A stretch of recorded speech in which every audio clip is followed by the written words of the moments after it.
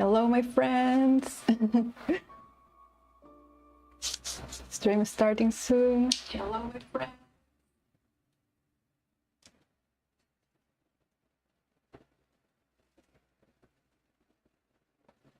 Ooh. Let's go. Hey. Hey, everyone. This is Ro. Thank you so much for being here. And welcome to the stream. If this is your first time here, I am Ro, a spiritual mentor, healer, which I'll do lots of creative things, and I am here to welcome you to this safe space to simply be, to just hang out with fellow light workers and change makers. So yeah, I'm super happy to be back after a long time. I'm sorry, but lots of things happened in my life. Oh, hello, Maite. Welcome. By the way, Maite is a long-time friend, one of my most beautiful friends I've met here through, we first met over, I think, Twitter, and then here on YouTube, and she's being a great friend and supporter, so yay. We love you, Maite. And yes, I'm super happy to be here and talk about life and what's happening in our lives, and restore our vitality. And remember that we are loved, we're worthy, we're still worthy of achieving our dreams and be successful and attract whatever we want in our lives. And especially, if you've been here in this journey with me, you know that I am all about empowering light workers and good people to make a difference in the world. Yeah, that's the most important thing for me. Yeah, it's us. We are the leaders of this new world.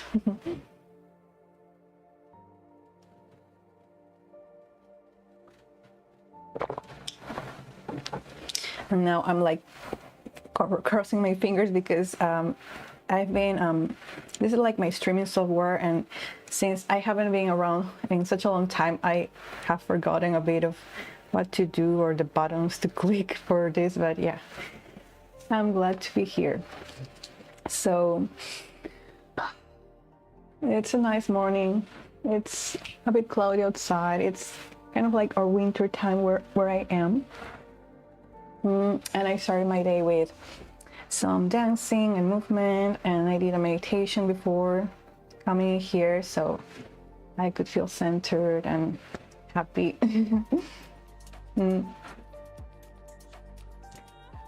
Wait a second, I need to confirm something here.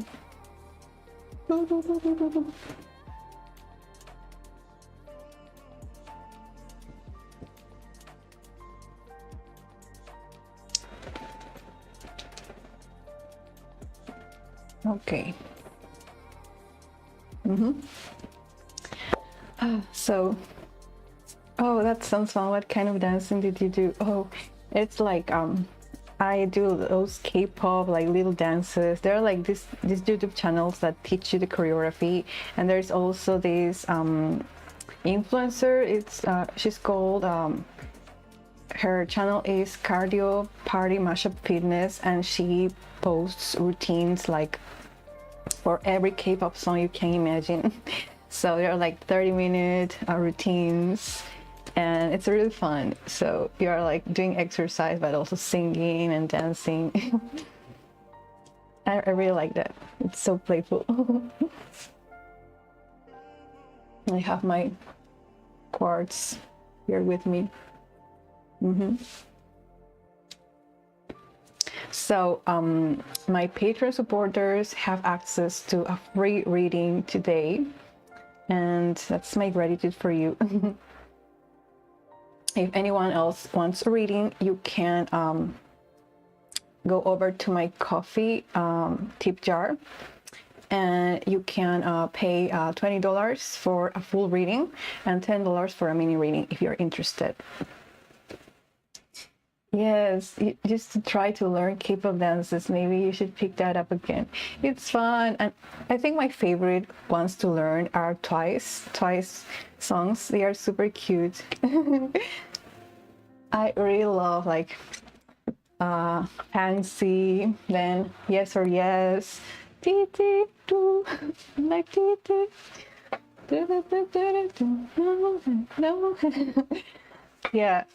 Oh, thank you, Maite. No, it's my pleasure. So today I'm doing a combination of intuitive readings with channeling. I have like my markers here, do some scribbles.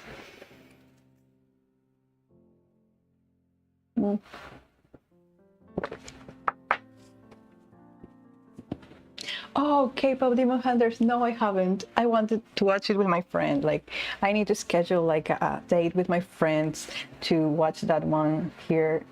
Yeah, we were like trying to decide between K-pop Demon Hunters or I don't know, Superman. No, but yeah, Superman. I'm watching Superman over the weekend. I'm very excited about Superman. Everyone is saying great things about Superman. Oh, really? Oh. Yes. Oh, I saw that BTS was doing like this live stream and they were like singing the songs of the movie. Oh, by the way, I've missed BTS, all of them together. I've been a big fan of BTS for so many years. I can't believe it. It's like first time I came across a BTS video was in 2018, I think. I remember it was DNA. That was my first introduction to BTS, and I was like completely hooked. Yeah, Superman. Yeah, we really need that optimism, please, because I remember that there are like many fans that like the dark Superman, the broody Superman. But I'm like, Superman is supposed to be optimistic. If you want broody and dark, you have Batman. But Superman is optimistic by nature. He wants to do good. But yeah, I really don't know much about superheroes, so yeah. Mm.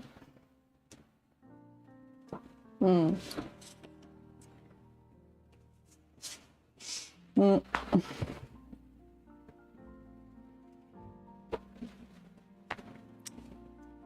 Yeah, here are my lovely quartz.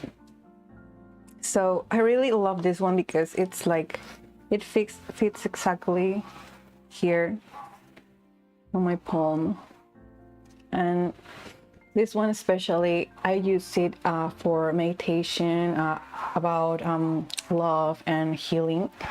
And yeah, I really like this energy because it feels like it helps me amplify those feelings and enter this state of calm and relaxation.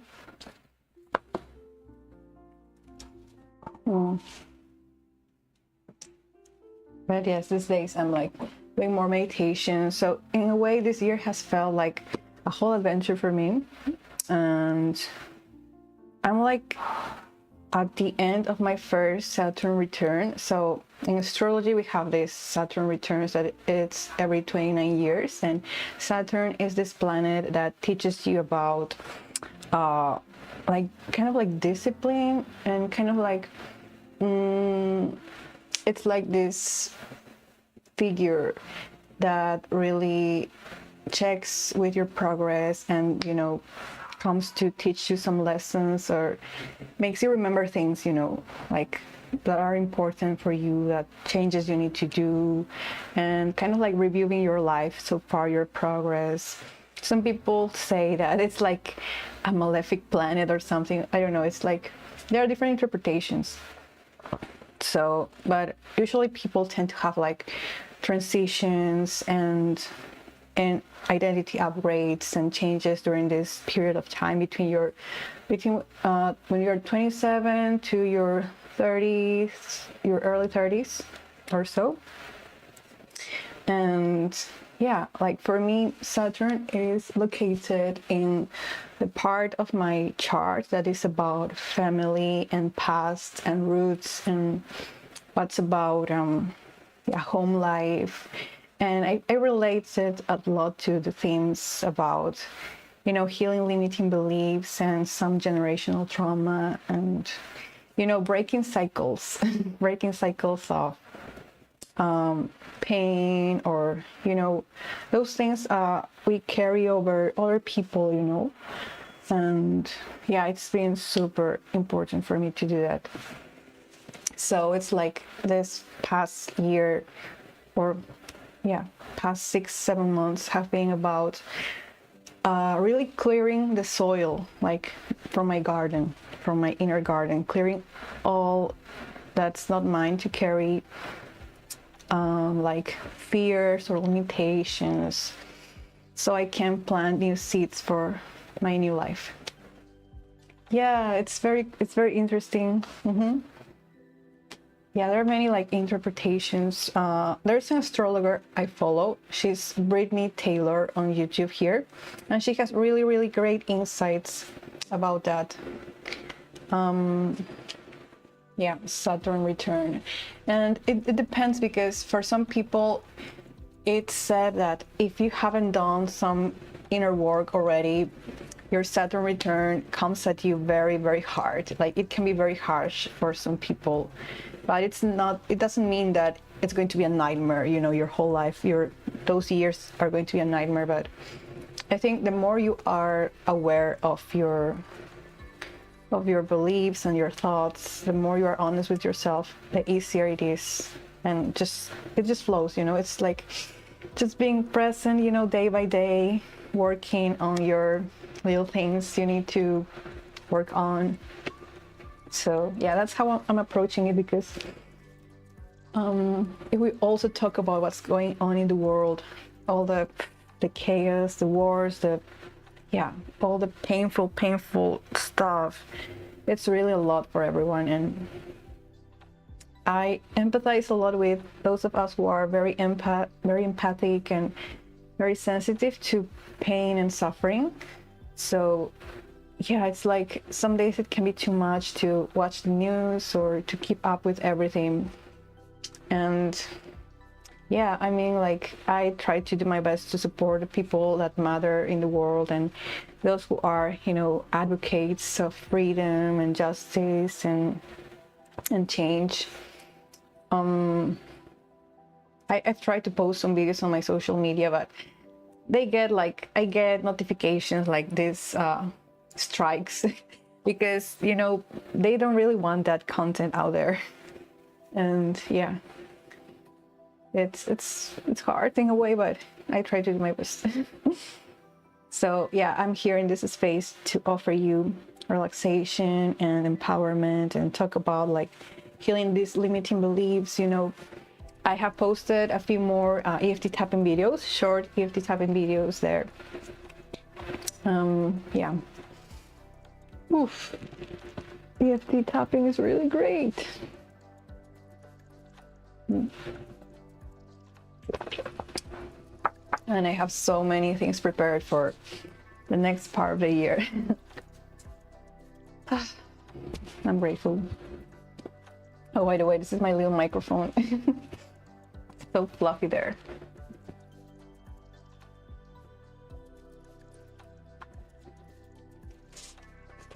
So I'm going to do a general reading for today first.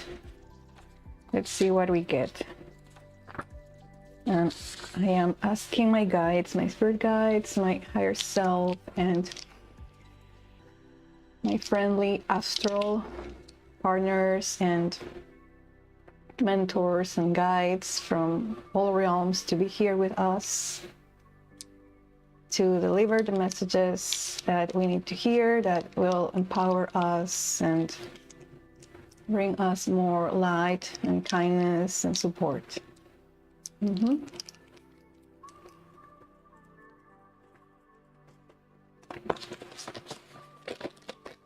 Okay.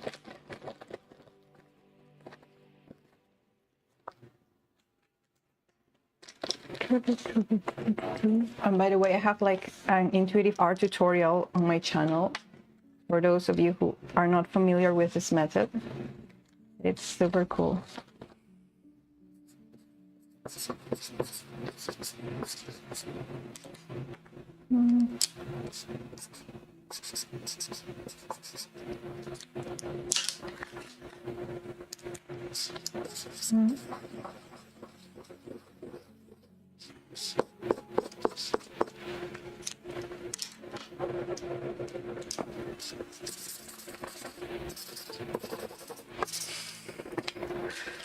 Okay, so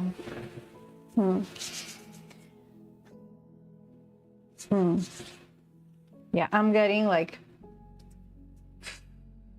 for anyone watching this, maybe you resonate, maybe you don't. So this reading is for those of you who are feeling like you are like loving a lot, like your love is so like overpouring out of you, and it's like a mix of intention and focus and working through your relationships, upgrading your how you relate to others, but you're finding like some blockages, or maybe some people that feel like they are too close-minded, like they don't receive your love, your energy the way you would like them to receive you.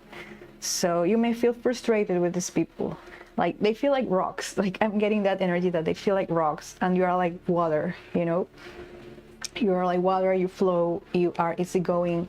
But these people are kind of like limited. They have put up these walls, these barriers, because they are disconnected from their feelings, and you are trying to, you know, work around them. Or maybe, you know, they could be co-workers or colleagues or classmates, but it's draining you to kind of like be around them.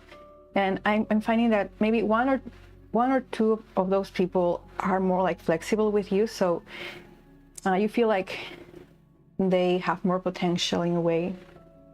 And oh, this is exactly how you've been feeling. Oh, thank you for the validation. So I'm getting like, yeah, maybe one or two people feel more flexible to you, so you can experiment with your communication with them. Maybe it's like, maybe you need to find some common ground with these people. So it's like they can't, okay, let me say this. So they are in this process of maturity, like they are maturing, they are like kind of like awakening to this more sensitive part of them, and for them it's a bit scary because they haven't done that before, but you have. So you have like a little advantage, and you can teach them how to do that. You can demonstrate it with your presence, with simply being yourself, simply communicating from your honesty and being assertive. You need to be assertive with these people, because they respond to assertiveness. I don't want to say they respond to force, you know, because it's, I don't know, they may respond to some aggression, like not a negative aggression that is like, you know, I hate you, no, but it's like, I'm here, you know, I am here and I am saying this to you, and I want you to hear my truth, and I want you to respect me, respect my boundaries, and respect our way of thinking, so we can, you know, find a common ground and achieve a goal together, maybe. So yeah, that's what I'm getting so far. And there is like this, I got this little star, like this symbol of star, that it's like a possible, you know, a successful outcome from this situation. And it's surrounded with these beautiful like yellow thingies and glimmers. So yeah, there is a possible resolution. Maybe it's not like, maybe you have been in a conflict or something like that, but I feel like there is like this possibility of managing that conflict and solving it positively. So yeah, it's, and also, okay, there's a star. Maybe there's going to be another person that comes to this situation and helps you and really gives you their support to work with these other people, you know. It's someone that validates you, that maybe can be older than you, or this person can, you know, really, I don't want to say put them in their place, but it's like they come and our people know that they are surrounded, or they are watching a person that really owns their power in a very self-assured way, you know, because this person that comes to the situation may have a leadership position, or may have like maybe a mentor figure for you and for them. So these are people respect this person by definition. They respect them. They want to earn their trust. So yeah, it's going to be helpful for that other person to come into this situation, to also help soften the edges of these other people that feel too solid or too set in their ways. So yeah, take advantage of that and ask for help if you need to. But yeah, I feel like, yeah, you have lots of love and flexible thinking to offer to them. And yeah, it's beautiful. You're going to receive that in some ways. It's not like the love is lost on them,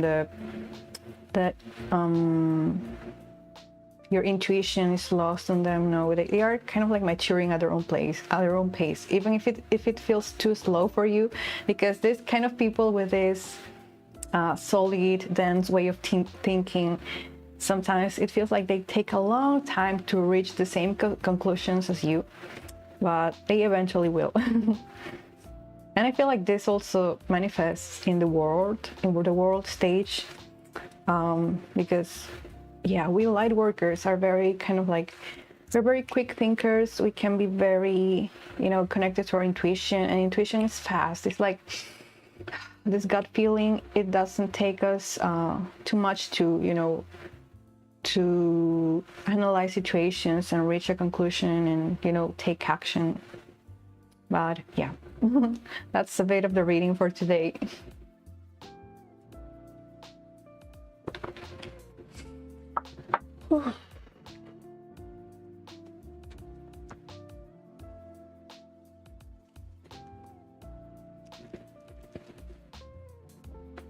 Oh, thank you, Maite.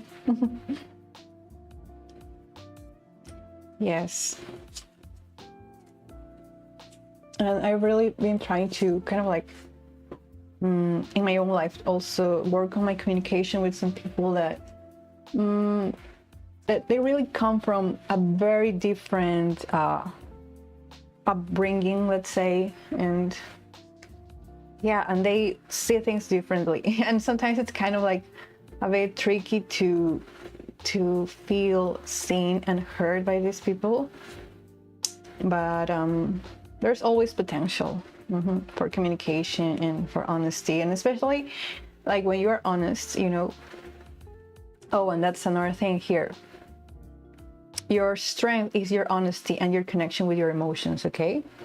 So maybe these solid people, they are great at facts, at logic, at rationalizing things, like intellectualizing things.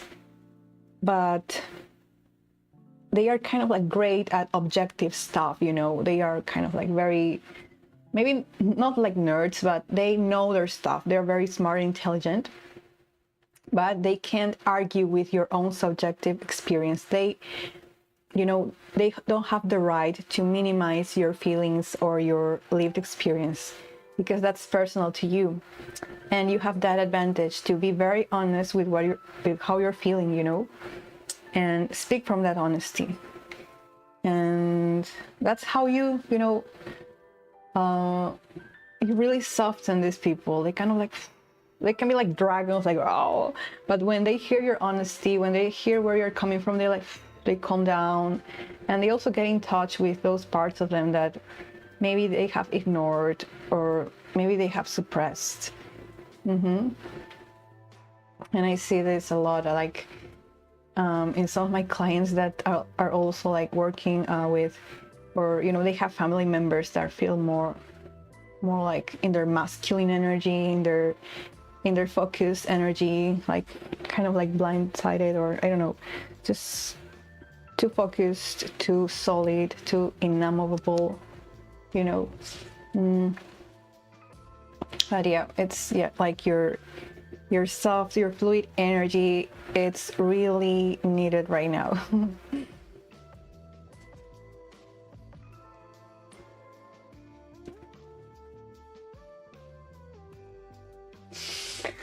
Ah.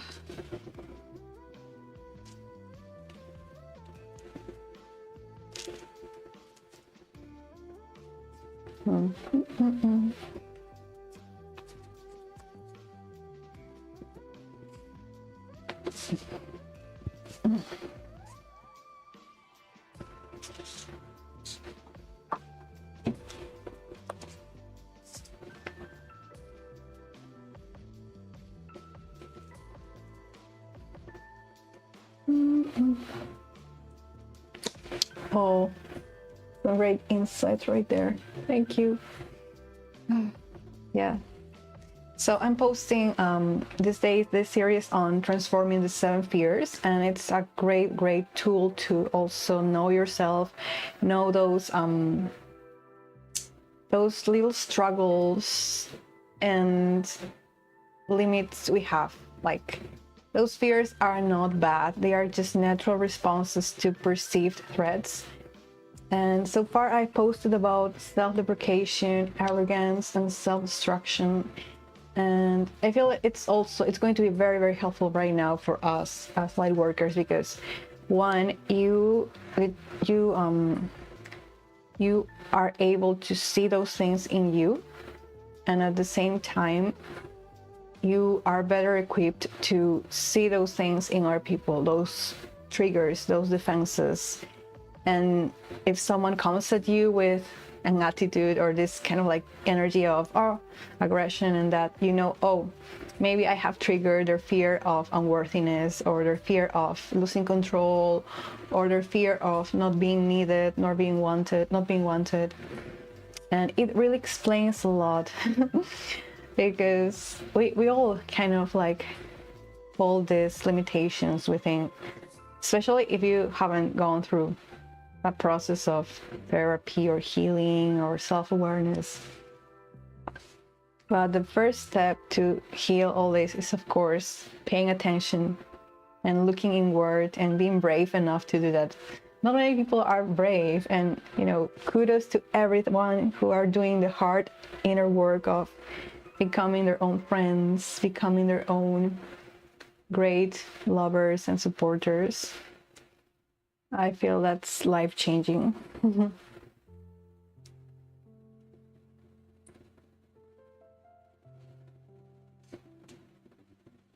And right now, like the other day, I was getting a few messages about like relationship, like manifesting love and a husband or a spouse or something.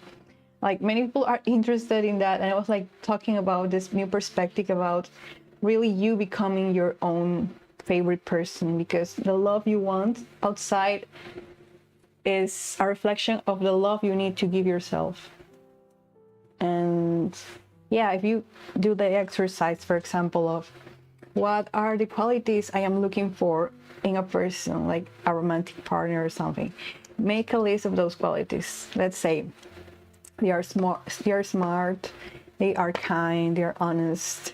And then you reverse engineer that and say, I am smart, I am honest, I take myself out on dates, I plan my own parties, or I do stuff that I love, I buy myself flowers, I buy myself all the pretty things I want.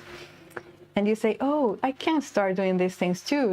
I don't have to wait for someone else to do that for me. I can be, my lover. I can be, this person that gives me everything I want. This inner work is not for the weak.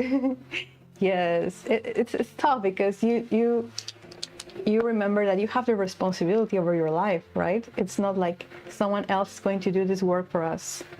Like, it's not our family or our friends or partners that are going to do that work for us. We need to do that. And of course we can get help. It's so important to get help and community help too, but ultimately you are the one making the choices. Oh wow, yes.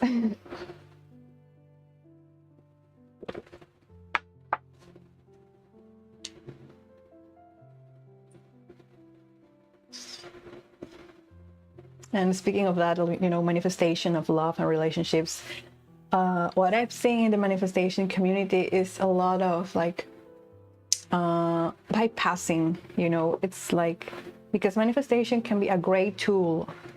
It can be a very empowering tool in good hands, and in the hands of people that are smart, that are discerning, that don't lie to themselves, because some people come to the manifestation community with lots of trauma and lots of pain.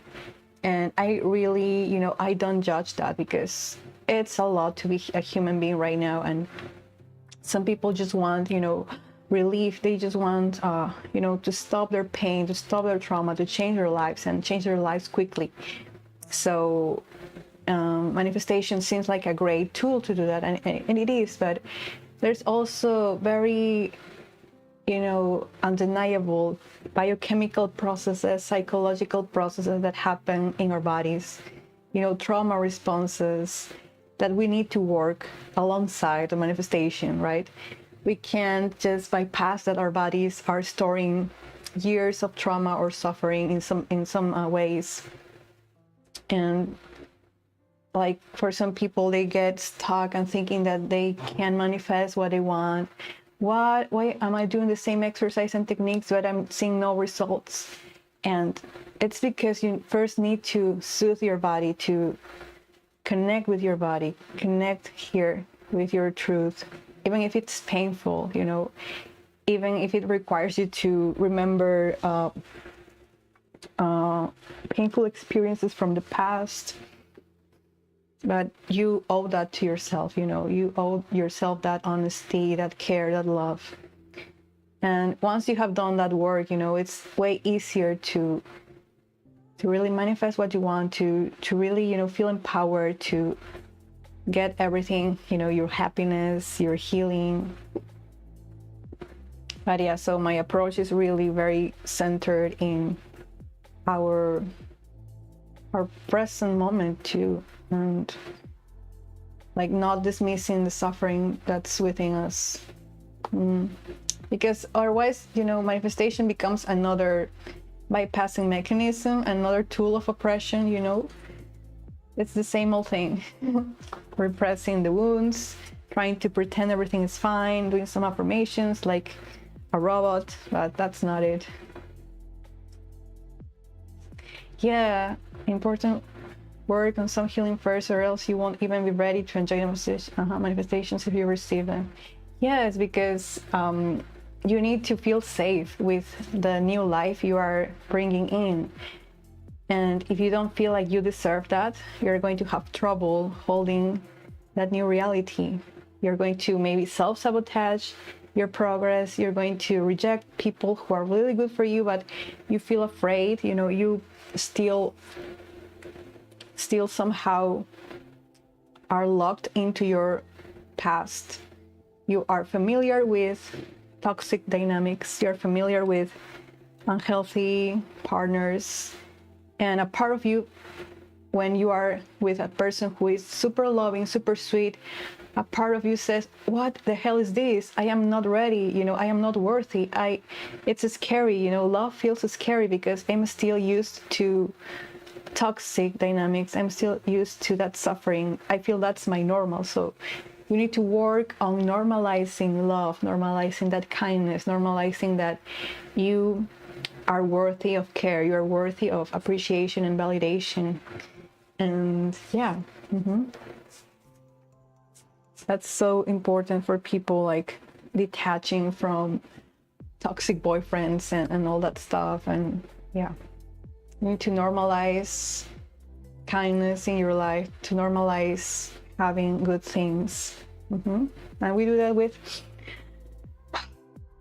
tapping, with somatic movement, and it's incredible. Like your workouts can be super healing. Like it's therapeutic to move your body, move your hips. Like Shakira said that your hips don't lie.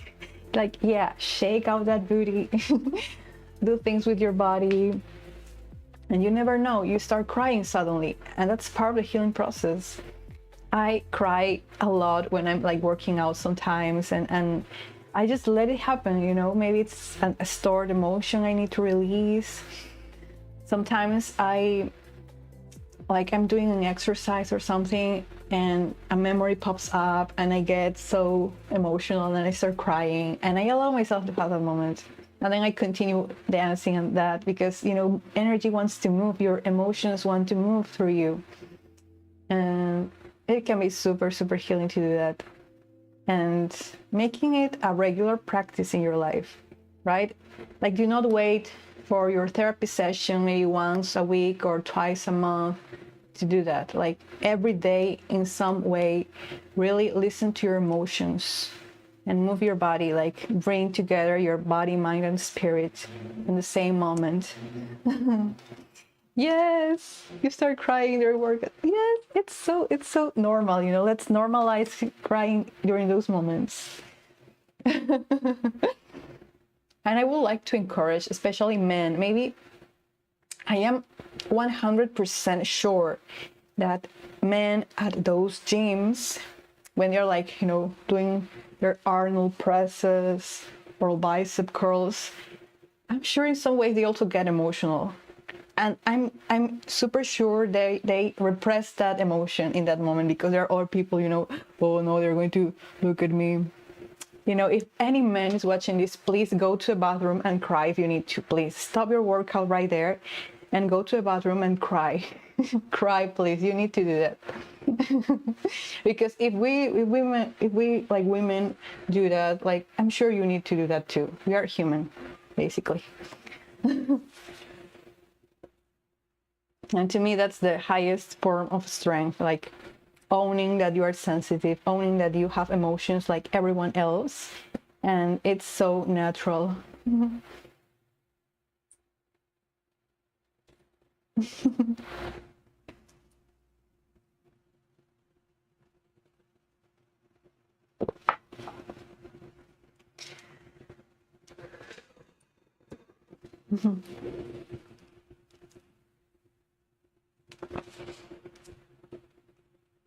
Yeah. Little tapping session here.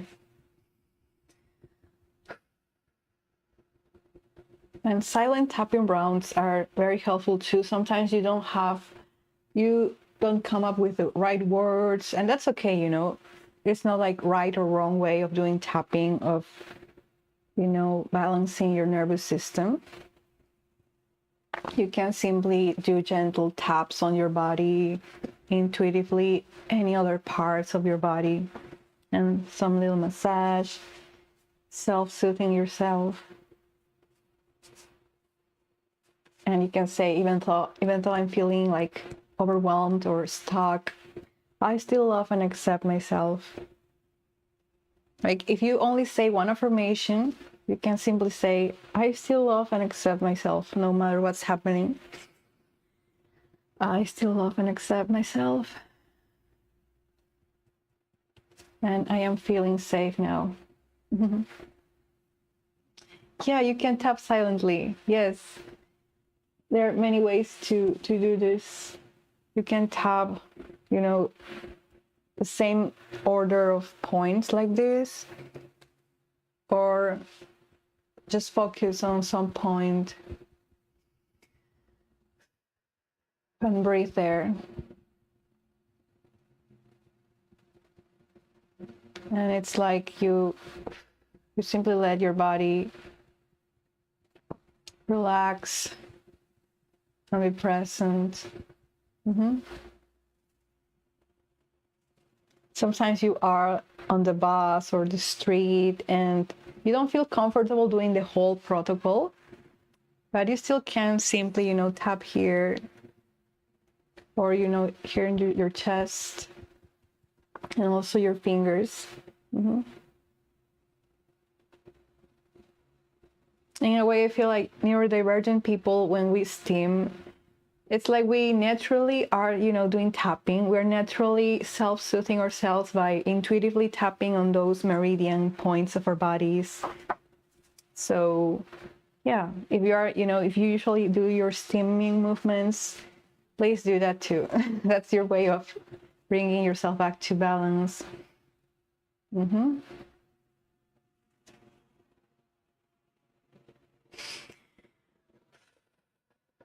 And simply breathing there. Finding your rhythm. Mm-hmm. Yes. And there are like lots of ways to create your own tapping routines, your affirmations. Like just pick 1 or 2 affirmations and repeat them while you tap. That's great. Mm-hmm. And I was making a list of my umbrella affirmations that I have. Some of my favorite affirmations that cover many aspects at once. So if you're short on time, or if you want to just do one little thing,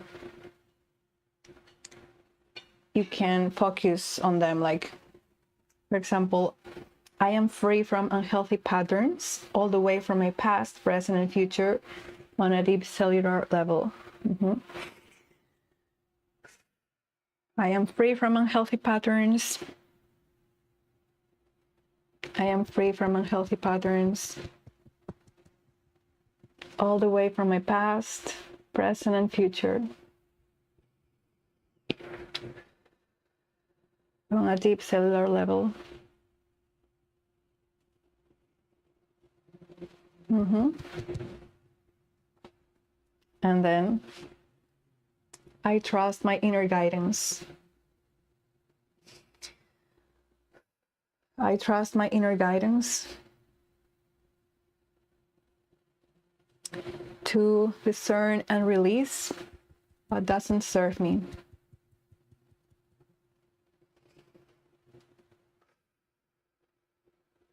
Mm-hmm. Cultivating trust is so important. Mm-hmm. And then we have, the world is a safe and beautiful place.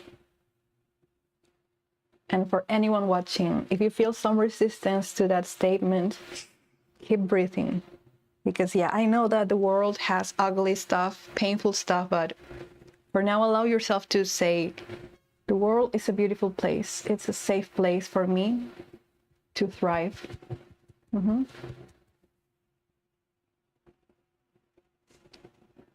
And I know this because I am beautiful, and I am that beautiful place. I am this beautiful place. I am this safe place for myself and for my friends and for others.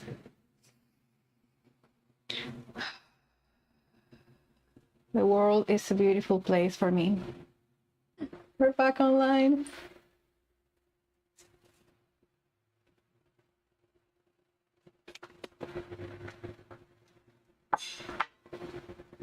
Let me know if you can hear me now, because the chat got disconnected, I think.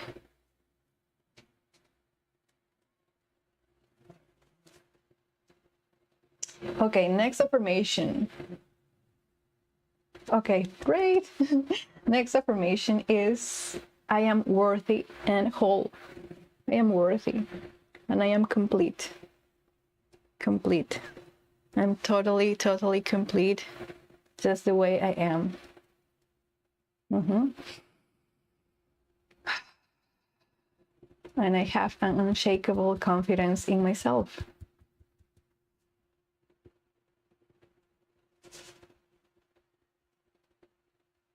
I am worthy and whole. And I am so full of myself. Right? We often associate like being full of yourself with being arrogant or selfish or dismissive, but we good people, we light workers, we really need to be so full of ourselves that we overpour that love for others and for the world. Like, yeah, we need to be full of ourselves. It's funny because sometimes in the world you see people, like the people that are traditionally full of themselves are narcissists. Like, that's really sad. And the good people that should have that radiant confidence, that unshakable self-belief, are people who really doubt themselves. Like the best people I know, like some of the best people I know, the kindest souls, they are so hard on themselves. Like we can be so hard on ourselves. We analyze everything. I know that our empathy is so like, we're in tune with other people's needs. We are trying to, you know, sometimes we walk on eggshells with some people. We're trying to keep the peace and that, but we owe to ourselves to have this unshakable self-belief. You know, remember that we are here to do wonderful things. We are here to do wonderful things. Let's normalize that feeling that we are successful, that we are amazing. I am amazing. And I am here to do wonderful things.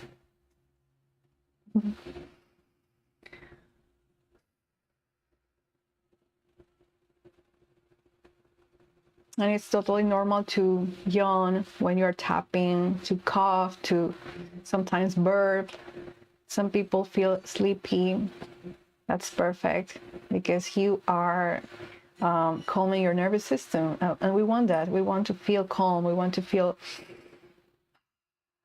just here, enjoying the moment. Next affirmation. It's safe for me to receive love. It's safe to be loved. It's safe to be loved in my totality, with my light and darkness. It's safe for me to be seen. It's safe for me to be loved.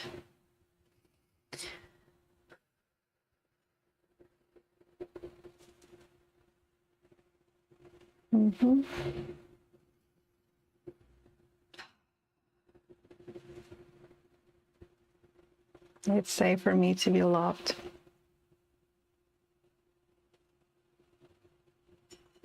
And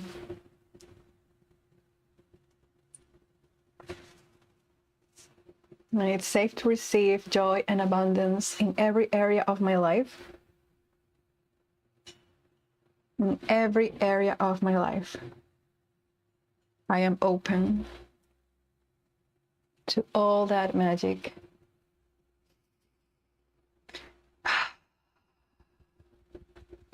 And keep breathing.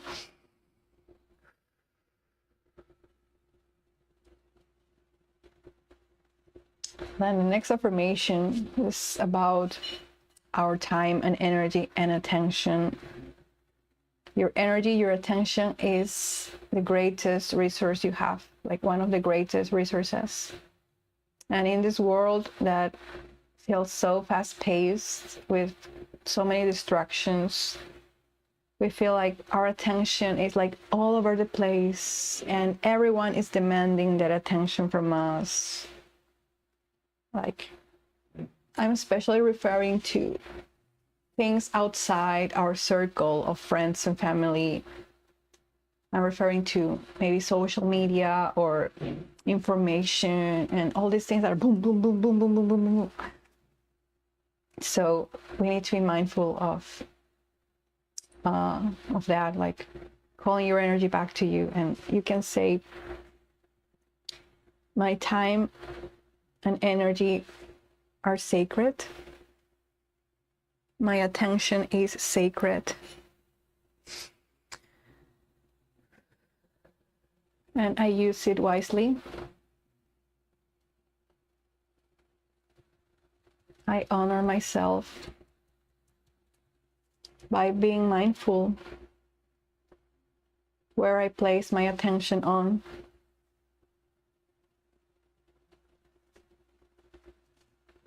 The people or situations or beliefs.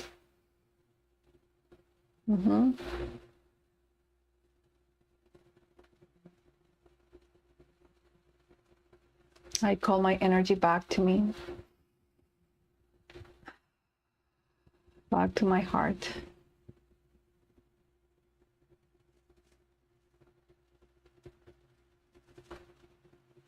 Excellent. That feels good. And the next affirmation is, every day I align with my higher self, or my most favorite self. I align with that version of me that really motivates me. I align with my most favorite self. And I create a life I deeply love. I create a life I deeply love. I create a life I deeply love.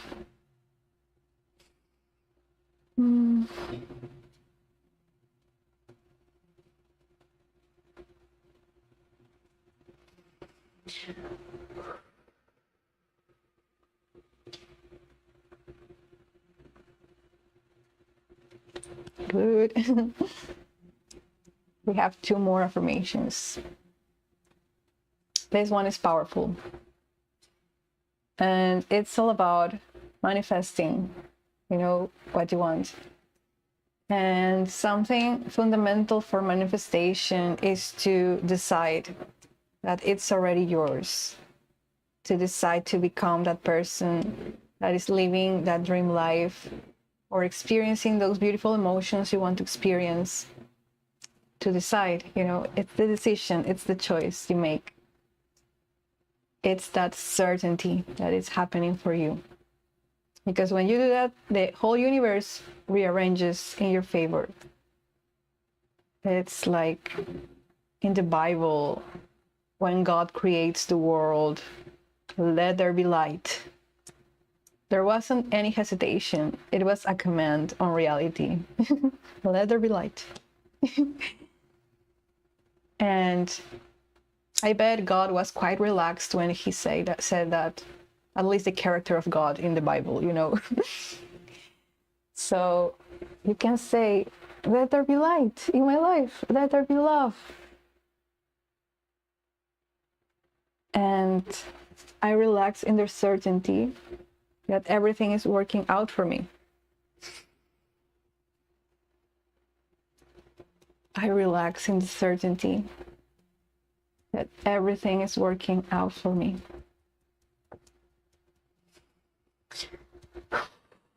I relax in the certainty that everything is working out for me.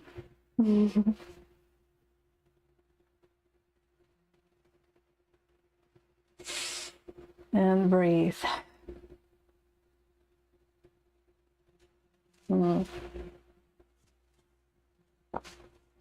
A metaphor about manifestation I really like is like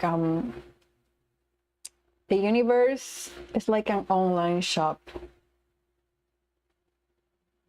You simply need to submit your order, press buy, or send it to my home, and then simply trust that the product is coming to your house. You're not checking every moment for the manifestation for the product. You just know it's going to arrive. And you relax because, you did what you needed to do. You place your order, and it's going to be yours. Or when you watch a trailer of a movie. You watch the trailer, you know what's going to happen, so you say, oh, that's fun.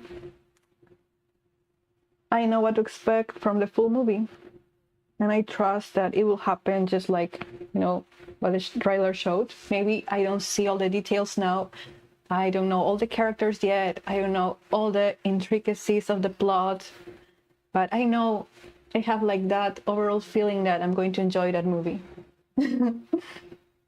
That's life. That's like the preview of your manifestation.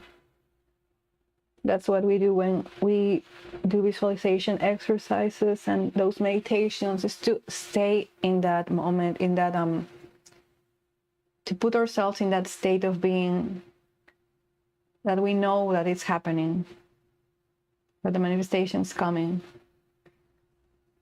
That's what, for example, all these teachers say about manifestation, that all techniques work, and all techniques are just a way of helping you stay with that confidence that you have, that you already have what you want, right?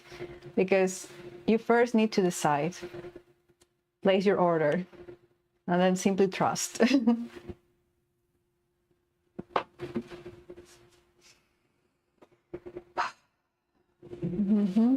And the final affirmation from this series is, well, the first one too. I deeply and completely love and accept myself, no matter what. I deeply and completely love and accept myself.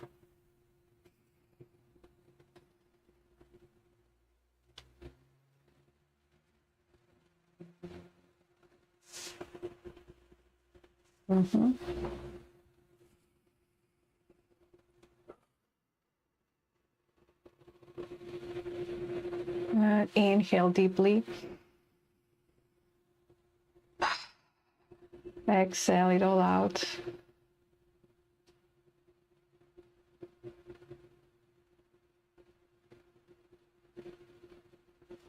Great work, my friends. If you've been doing this along with me, excellent.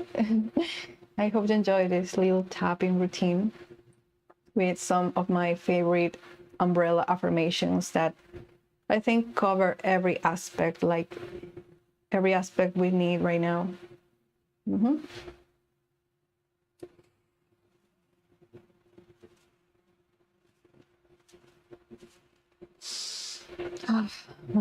I suggest you drink some water too, to keep you in the flow there. And it also helps you mobilize the energy.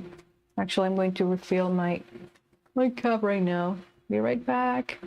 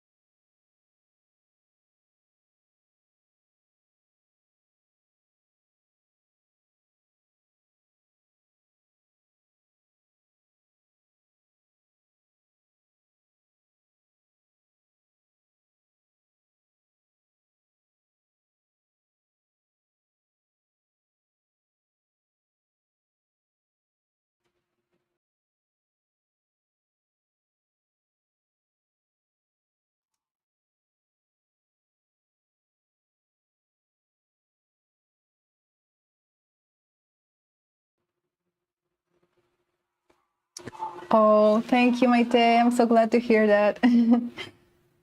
Yay. I think I'm going to post that routine on my channel too. Another version of that. Yeah, it's so good. Yeah, nervous system healing.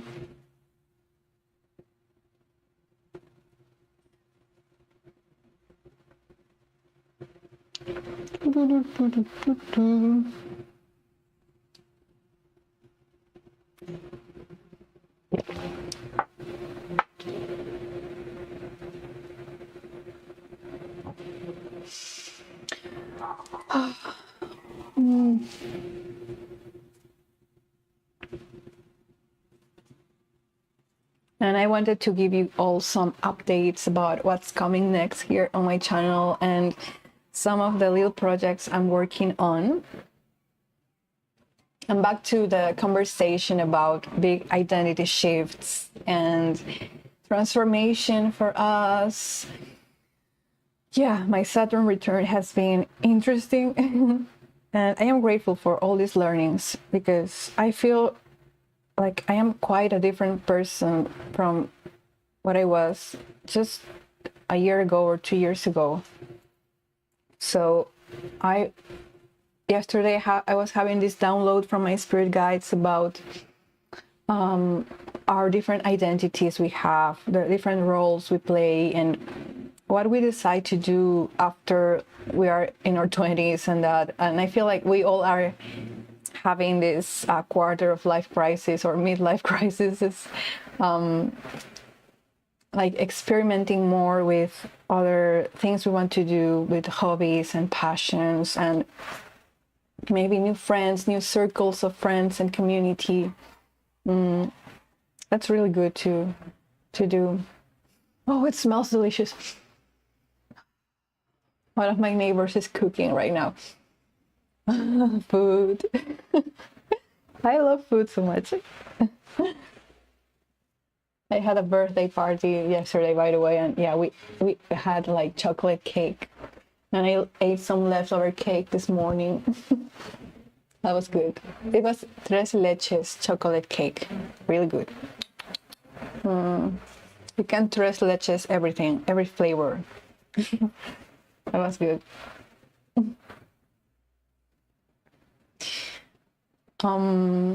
Yeah, identity shifts. Being more like being more than just one facet of yourself, like expressing your multidimensionality. And I feel like I have a lot of that in me. Like I am passionate about many things in life. This year I've also focused on some activism and social justice and advocating for people. And animals, I love animals, you know that. Yeah, but at the same time this year I felt this need to be a hermit, like kind of retreat a bit to my own inner world. It's a fun, like two things at once, kind of like coexisting in me. For in one way I want to be super social, but at the same time I need lots of time for myself this year. Yeah, that's something I am working on, balancing the extroversion with the introversion. And according to astrology, if you investigate more of that, there are very interesting explanations about some introverted traits. For example, I have planets in my 12th house on my natal chart. So your chart is divided in 12 sections, 12 houses, and each of these houses has a theme. For example, the first house is identity, your body. The second house, your resources, your values, self-worth.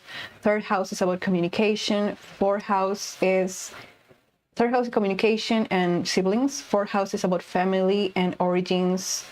Fifth house is about play and sex and flirtation, and sex and flirtation. Sixth house is about like routines in your life, about habits, about health. Seventh house is about partnerships or marriage, of one-on-one relationships. Eighth house is about transformation, grief, taboo topics, death, and shared resources. Ninth house is about philosophies and spirituality and foreign lands and travel and teaching. And 10th house is about career, kind of like leadership, being in the world, being well known for your work, for your career, for your gifts. 11th house is about humanitarian efforts, about societies, about groups, about transforming society, about friendships. And the 12th house is about the subconscious, it's about spirituality, it's about what's hidden, about sometimes healing and retreat and solitude and rehabilitation or presence, and those themes of that are usually not, outside. So with all of that said, I have planets in my 12th house, 9th house, and 8th house mainly. And those houses are kind of interesting, and especially the 12th house, which makes you kind of like introverted, like more introverted, because those themes are about subconscious, right? Are not always in the forefront. They are not always seen by other people. I feel the same way. I'm so conflicted, but I want to connect with people, but I need so much time. We're the same. We're the same. We're the same. I'm just like you. You're just like me. It's something everyone can see. No, but yeah, I feel you so much. And it's okay, you know, because I know that once I find like my footing again, or after this process, whatever is happening in me, I know I'm going to have more answers to that.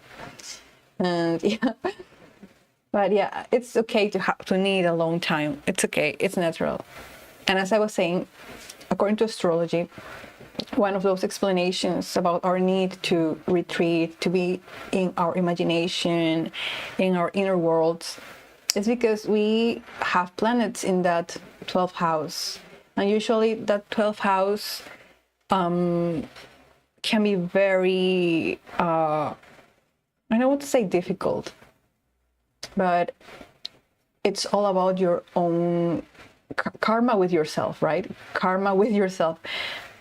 And sometimes we think that karma is between you and other people, but there is, again, karma between yourself, like different aspects of yourself that are kind of like pulling the string one way or another, that I want to do this, but at the same time, I want to do this, or I feel like I am my own enemy, right? So 12th house has a lot to do with that, being your own enemy in a way. And again, I don't want to be like, I don't want to give you a very scary message of anything, because, you know, astrology and everything are simply tools to see ourselves with more compassion. So anyone who gives you a sensational message or fear mongers you, please don't hear them. Please don't listen to them.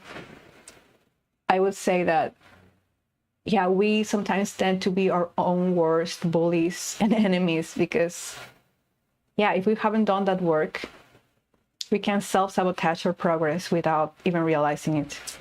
Again, we go back to self-honesty, self-accountability. Sometimes we know what's best for us, but we're still blocked because, yeah, maybe it's not, maybe it's other people in your life, you know, that are meddling with you or still exert some power onto you, some influence, which could be family members, which could be relatives, or the culture you grew up in. And yeah, that's a lot, you know. That's important to acknowledge that sometimes, yeah, we are not, it's not our fault. There are still influences in our lives that are heavy for us. But still, you have some responsibility, again, over your life, over making new choices that free you from those situations.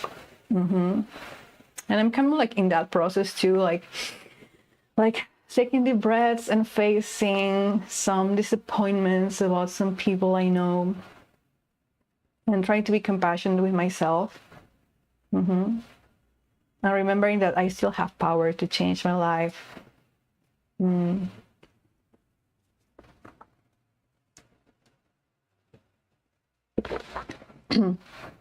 But yeah, that introversion sometimes is explained by those planets on those hidden places of your natal chart.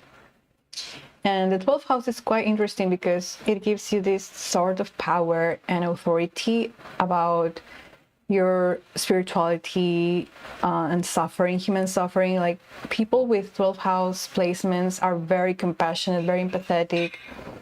Sometimes it's said that your birth process could have been difficult, or during your early years you faced trauma or even abuse and difficult things. So that gives you this outlook of the world of, you know, natural compassion, natural empathy for others, and your effort to help other people. Like, it comes naturally for you.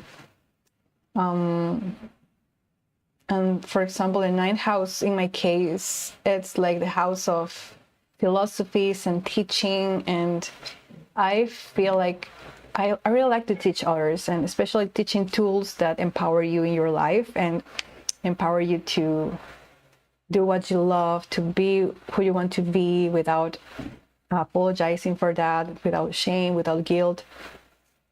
So yeah, that's another theme in my life.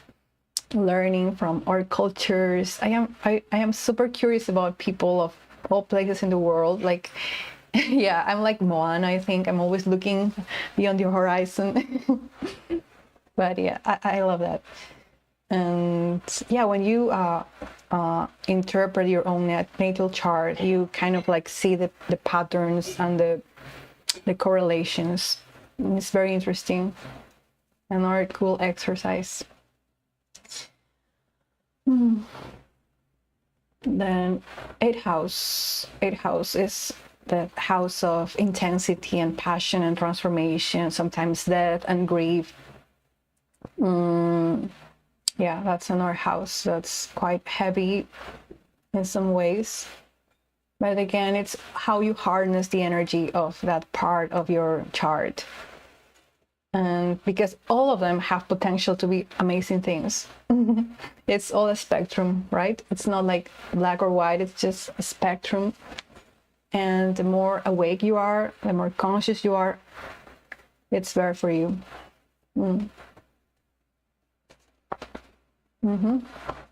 I find so interesting that only recently I've become more interested in astrology, because let's say I started my spirituality journey with Reiki healing, channeling Reiki energies, and I also studied psychology and yoga. So I started with all those more intuitive things like channeling, and now I'm like interested in more of those details with astrology that feel like a bit more like more scientific in a way, more like this interpretations, because it's all about math and the planets and all that thing. But it's a really good balance for me.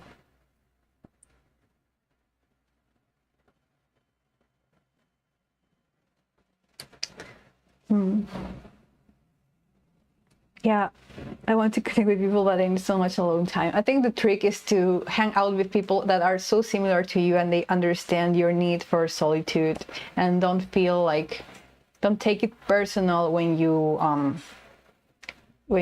are by yourself. And communicating that, it's important to communicate our preference with others.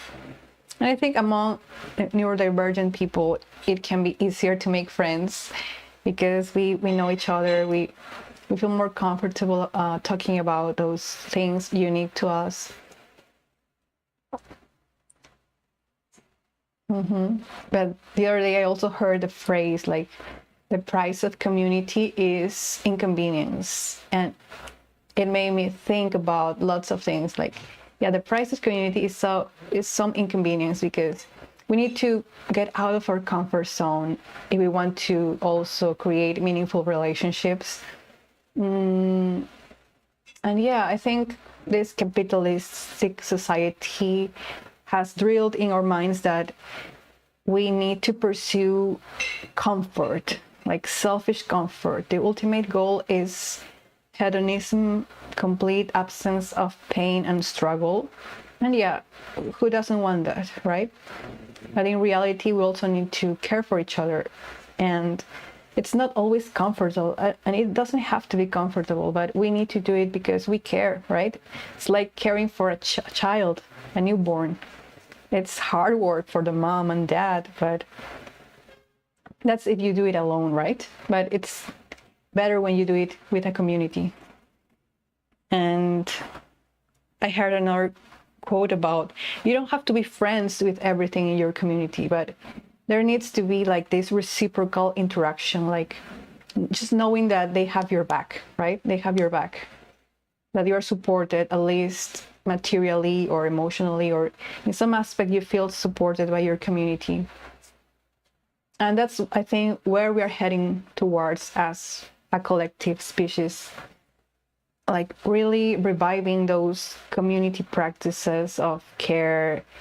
And yeah, for example, the Incas here in Peru, they had this Aini and these philosophies of communitarian efforts. It was amazing. I am so sad that conquistadores erased all of that knowledge and wisdom, because yeah, those are keys to our survival. Leaning on your friends, leaning on your healthy family members. Yeah. And personally, I am also working on those maybe limiting beliefs about, you know, being inconvenienced sometimes.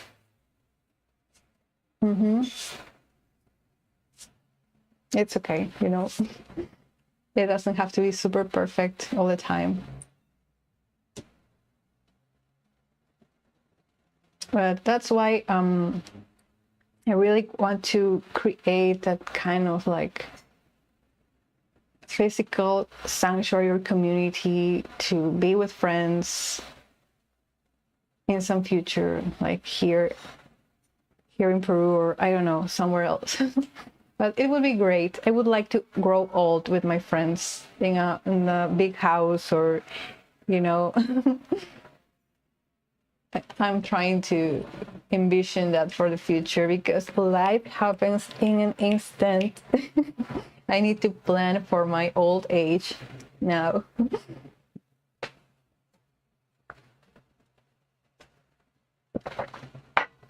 That's a good lesson to learn. Yeah, that sounds perfect.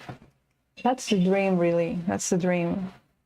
I think some women in China, there was this news about women in China purchasing a whole apartment building for themselves, like 6 unmarried women living together, having fun, and hiring cooks, hiring caregivers for when they can, you know, do many tasks for themselves. And that sounds fabulous. Yeah. I think that's the future. Living with your friends in a big house all together, with your animal companions, your dogs, your cats, your bunnies. And of course, each one gets their own personal space to retreat, to just be there. But you feel backed by a wonderful people, you know? So it's both the community aspect we need as human beings, and also the private aspect, our private life, our creativity. We can fulfill all those things. Yeah, that's one of my dreams for the future. Yeah. Manifesting,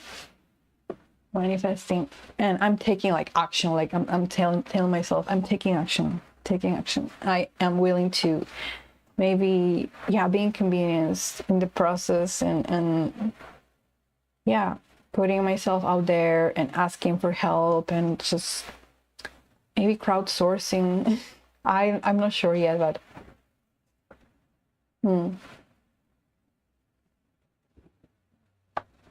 or maybe playing the lottery, manifesting the lottery win, and with that I found my project. Who knows? I am open to receiving everything that's good for me. Oh, we need to do like manifesting $1 million or something. Aim for the moon, because if you miss it, you might still land in the stars, or the other way. Aim for the stars. If you miss them, you still land on the moon. Manifesting $1 million for my project. Redistributing the resources of the world to the people that really need it.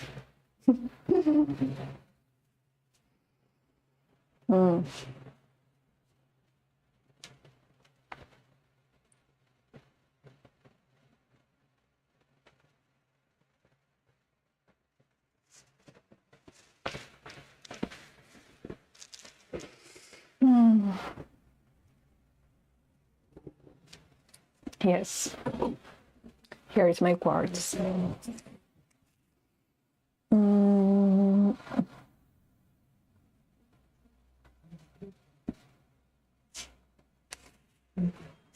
Wow. I got chills.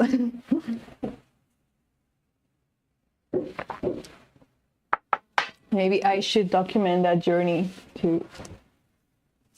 to achieving that dream. That's another thing I would like to do, like as an experiment. Because one of the most powerful thoughts or beliefs we can have is, if I wasn't afraid of success, and if I knew everything I wanted could be possible, like with full certainty, what would I do? And doing it. Just doing it. Without shame, without worry about the process or the outcome. Again, just placing your order to the universe. The how is not completely up to us. The decision is. The choice.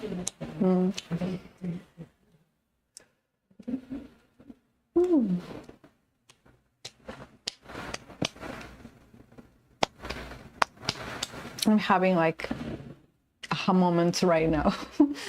So thank you everyone watching. You're watching my process in real time. Yeah, this is kind of like how it happens for me. Brainstorming my ideas and realizing things.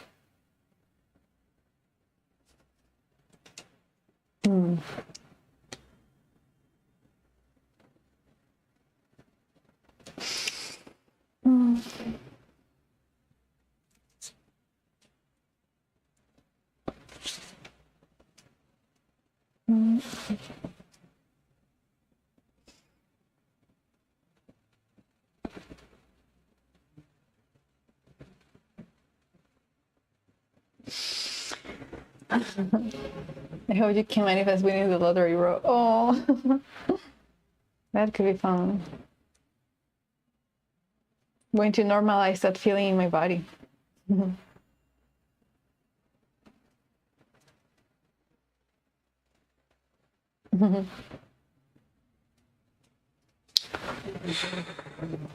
Rose quartz.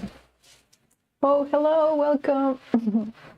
By the way, if anyone is just joining the stream, hello, my name is Ro.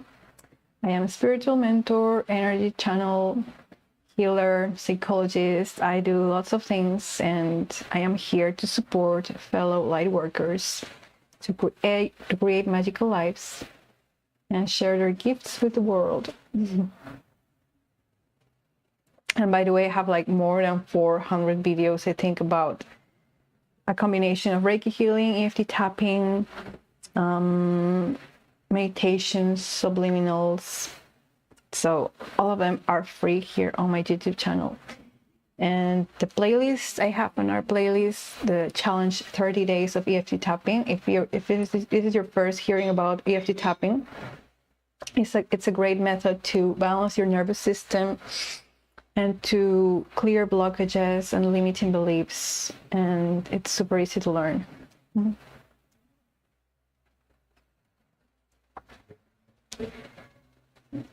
So yeah, it's time for me to say goodbye for now, but it was really nice to see you all here and hang out. Thank you, Maite, for being here.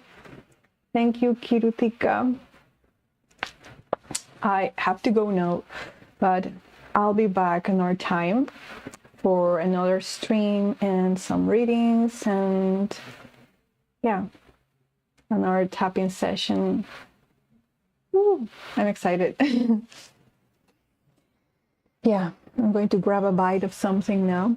It's almost, yeah, lunchtime. Thank you, Maite.